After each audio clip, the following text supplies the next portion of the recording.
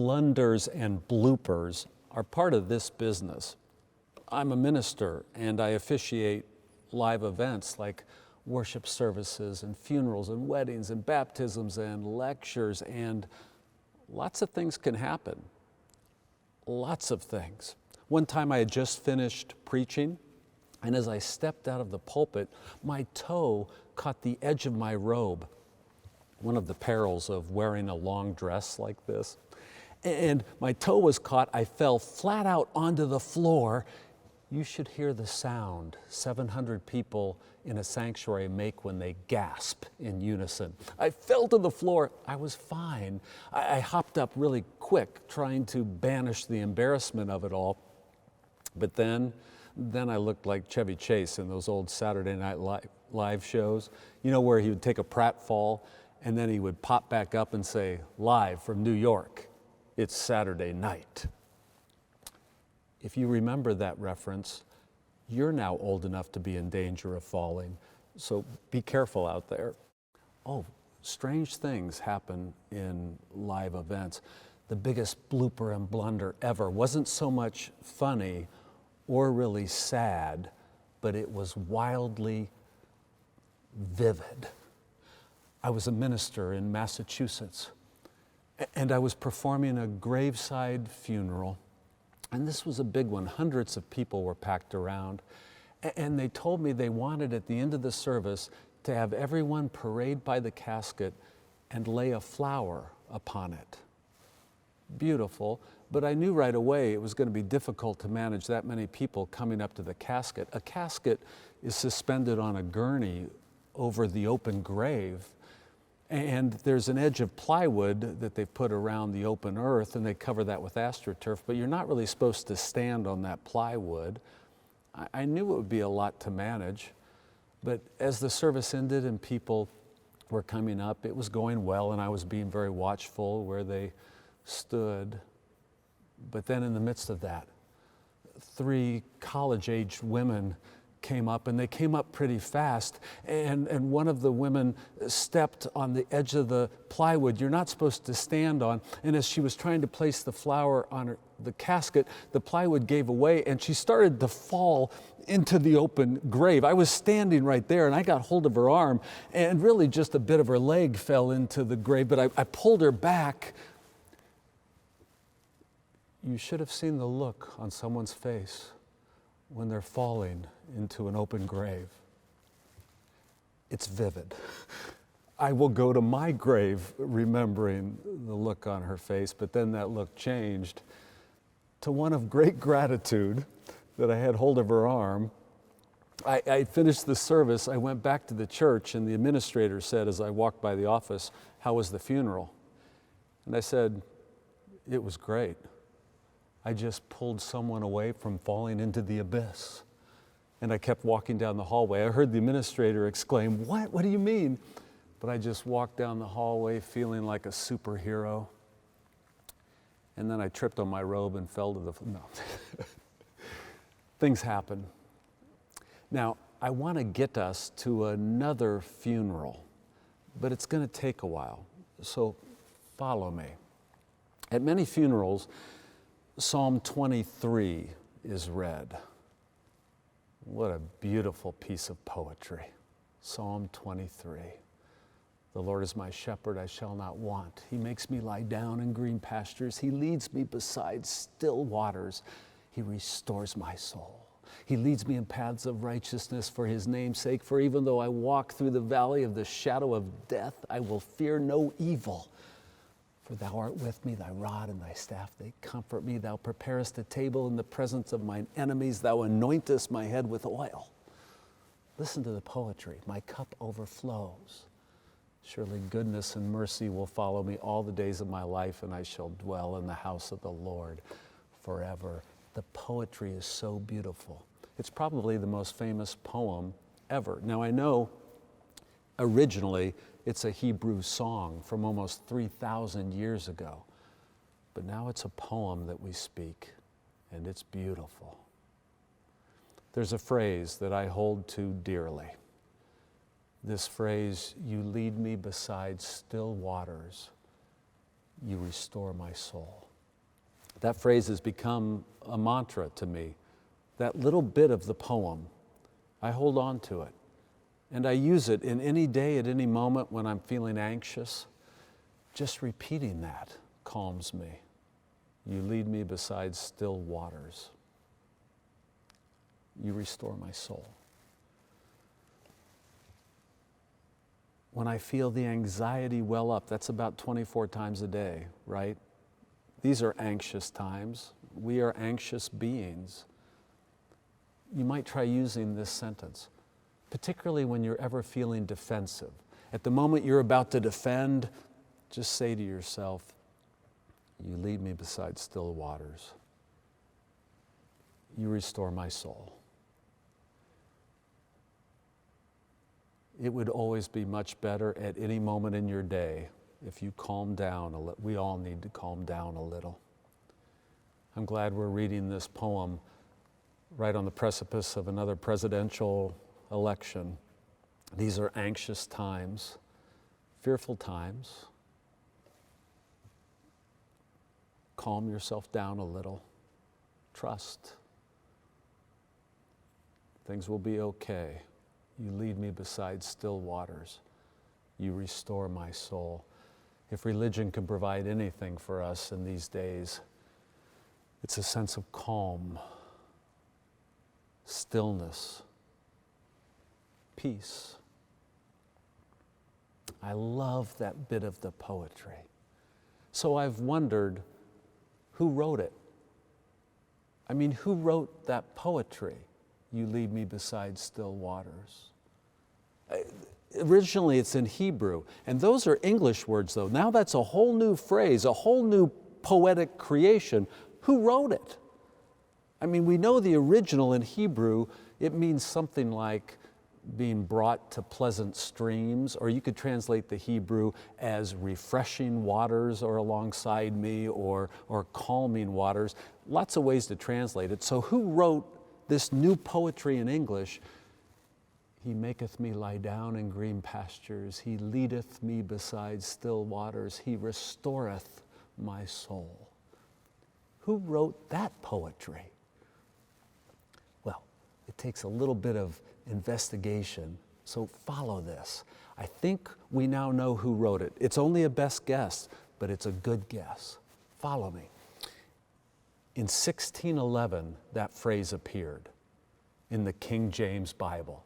Now, there had been English translations of the Bible for about a century before, but it never used those phrases, beside still waters, green pastures, restore the soul. It used different words. But in 1611 in the King James Bible, there it appeared. So when the King James Bible was being translated, they brought together 47 translators. But then you have to break them up into subcommittees. And there was one particular group of 9 men that were assigned First Chronicles to the Song of Solomon, that section of the Bible. That section includes the Psalms. Those 9 men began to translate. By the way, it was only men. It would have been a good thing to have some women translating the Bible with them. But those 9 men are in a room, and get this, you don't write a poem on a committee. Committees can't write poems.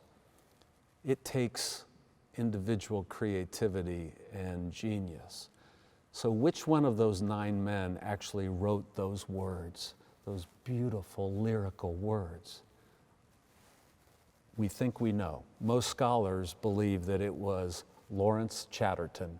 He was one of the 9 men in that room, and they think it was probably him. We have no records, but it was probably him. Lawrence Chatterton was born in Oldham, Lancashire in the year 1534. And as a young man, he was born into a wealthy family. He wasn't into scholarship. He just enjoyed hunting and hawking and enjoyed life. At a pretty late age, mid-20s, he entered Cambridge. And there, his mind was lit on fire. He became a great scholar. Very quickly, he became renowned at Cambridge, at Emmanuel College, for being an amazing linguistic mind. He was agile in Latin, Greek, Hebrew. He knew French Italian, Spanish. He had a facility for languages, for words. But get this. In those years he was at Cambridge, he also became one of the most renowned preachers in the land. He had a way with words. His oratory was exalted and beautiful. One day he was preaching to a congregation, and after 2 hours of his preaching, he said, "Surely I weary you now." And he was going to stop. And in unison, the congregation began to implore him, "For God's sake, don't stop. For God's sake." His language was so beautiful. He went on to preach another hour, and they still wanted more. So get this, he had an ability with foreign languages and a natural poetry to the cadence of his own words. In that room, it must have been Lawrence Chatterton that wrote, "He maketh me lie down in green pastures. He leadeth me beside still waters. He restoreth my soul." And now we have that poetry. And it's beautiful. So now we can get to the funeral I was talking about. Lawrence Chatterton lived until 104 years old. And so in 1640, 29 years after that King James Bible had been out with his own poetry in it, Psalm 23, that many years later, surely it was read at his own funeral, his own words, that beautiful poetry read at his own funeral, and the circle closes. Beautiful. Now, Psalm 23, at its very heart, proposes that your soul is safe and secure into eternity. It proposes that life continues after death. You continue. I want you to hear deeply and straight on that promise today, that there is life after death and you are safe and secure. Now, I know that lots of scholars and intellects these days think that religion is some form of denial of death, that in its pie-in-the-sky proposition that life continues, it's just wishful thinking, and that it's a way for us to escape the anxiety we have about death. Well, sure, we have lots of anxiety, but that doesn't make it any less true. And really, when people say religion denies death, it's in our religion that we face death straight on, that we are with folks that are dying and alongside them as that process takes place. Deny death? Churches are types of community that keep death front and center. It's part of life, it's part of the journey into the next realm. I think it's the rest of culture that lives in denial of death, the way they hide such things, and people have to go to institutions to die alone or out of sight at least. We don't deny death. We embrace it as part of God's plan. And so I want to say to you, straight on, that I believe in life after death. But I don't want to sound like a minister saying it with platitudes, religious phrases. Let me say it in a very different manner. I believe that consciousness is the fundamental aspect to reality, the essence of reality. And that your consciousness, you, everything that is you, that you feel is you, is your consciousness. That is not co-identical with the atoms in your body, and that when you die, of course, consciousness continues.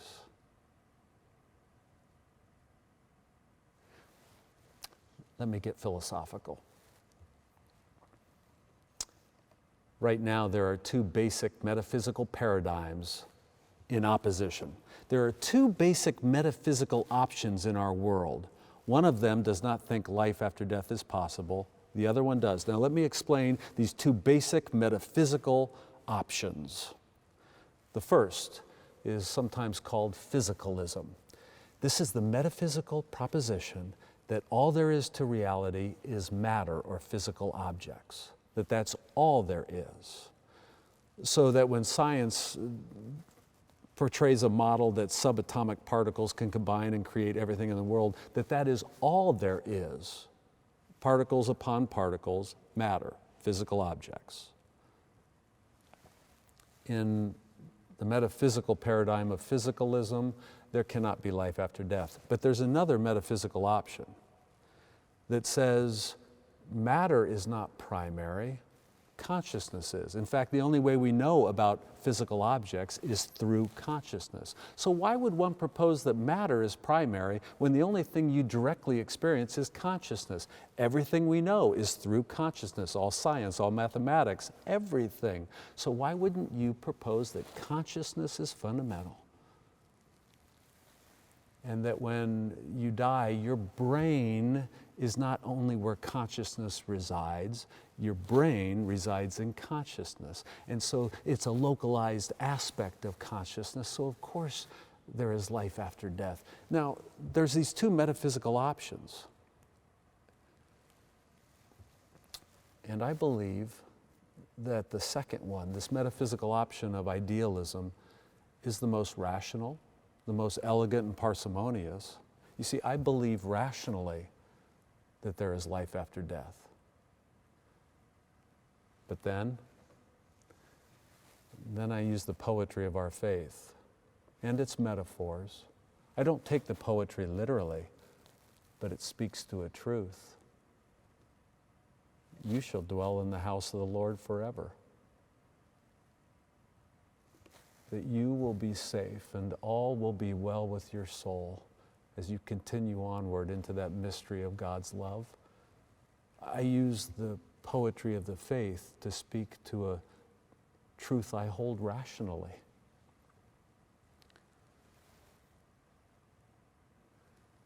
Feel the calming poetry this day.